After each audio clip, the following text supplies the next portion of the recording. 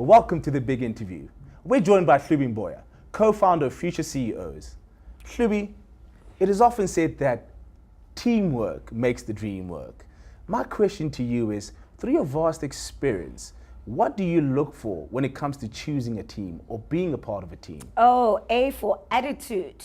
And every single CEO that we've had on our show has said that.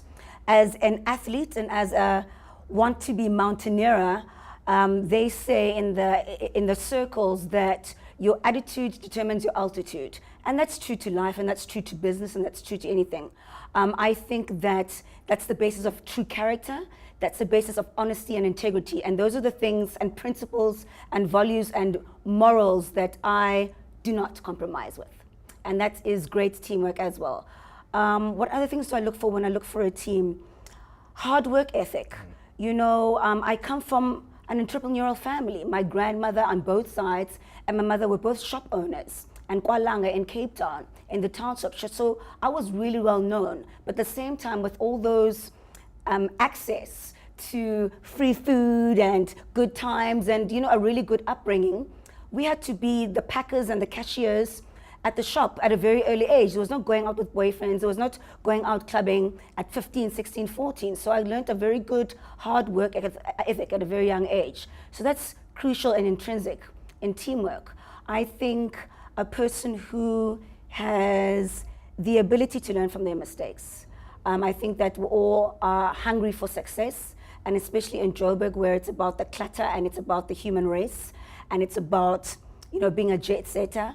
But I think the fact that you're making a mistake means that you're actually moving and doing something, but it's about learning from those mistakes. And a lot of CEOs, we ask them the question, what big mistakes have you learned from? Because it's about the journey. You know what I mean? You don't get from zero to hero overnight. And I think it's the entrepreneurial journey that is so powerful and that is so much of an asset in our economy, because it just creates great avenues of communication and great opportunities of success and long-term success and legacy within our people. And that's really great, and that's really can be passed down to generation from generation. So I think those are the tools and those are the characteristics that I would choose for my team.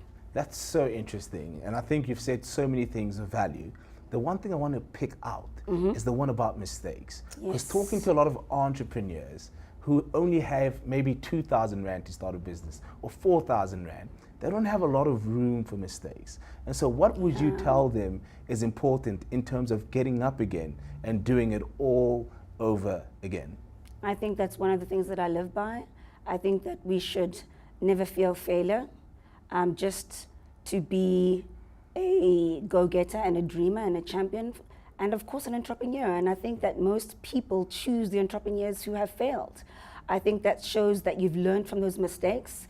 It shows that you've been around. It shows that you've tested the market. Maybe you haven't made the right decisions. Maybe you haven't made the right choices. But I think when that big, great, successful, unique idea comes into fruition, you have learned the hard way, and that is a path and that it's a journey that everybody has to take. And if you're really smart about the people you want to choose in your team, it's the people who have, you know, walked the walk and walked the long, rough road and stumbled and fallen, but have chosen to get back into the game and try something new.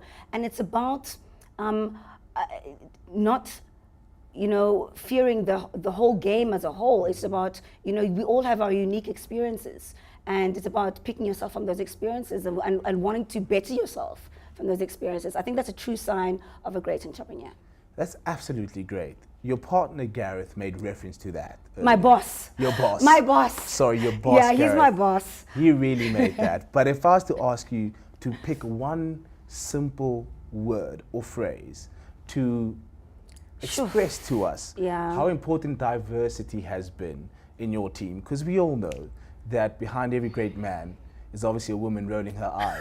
I love it when you say that. If there's one phrase where diversity has made you guys succeed, how would you word it? What characteristic is it? What does it add to the party? They say that partnership is like a marriage, a business partner is like a marriage, and that's exactly where it's all about. And I think that, I'm speaking too fast, and I think that the success of Future CEOs is because you've got a great founder, Gareth Armstrong, and a great executive director, which is me. And we're so different in so many ways. And I think, like a marriage, we complement each other because we're so different. And where he is lacking, I rise and shine. And where I rise and shine, he lacks. So it's the perfect fit. We learn from each other.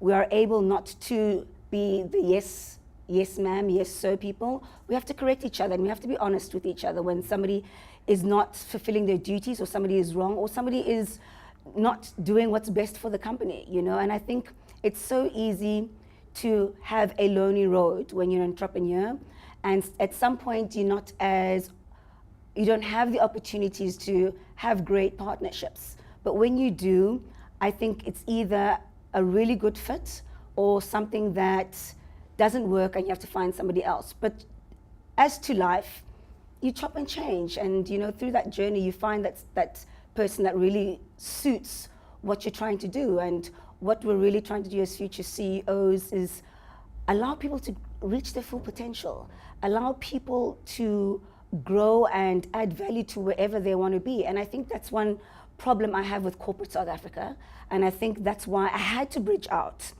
of the industry of the arts, because as a black female, you know, you can reach a glass ceiling. And in corporate SA, you can reach a glass ceiling. But with entrepreneurship, you know, everything is yours to play with. And I think that's what really draws people. But with that comes, you know, the valleys and the lows. But that's what makes it so exciting, I think.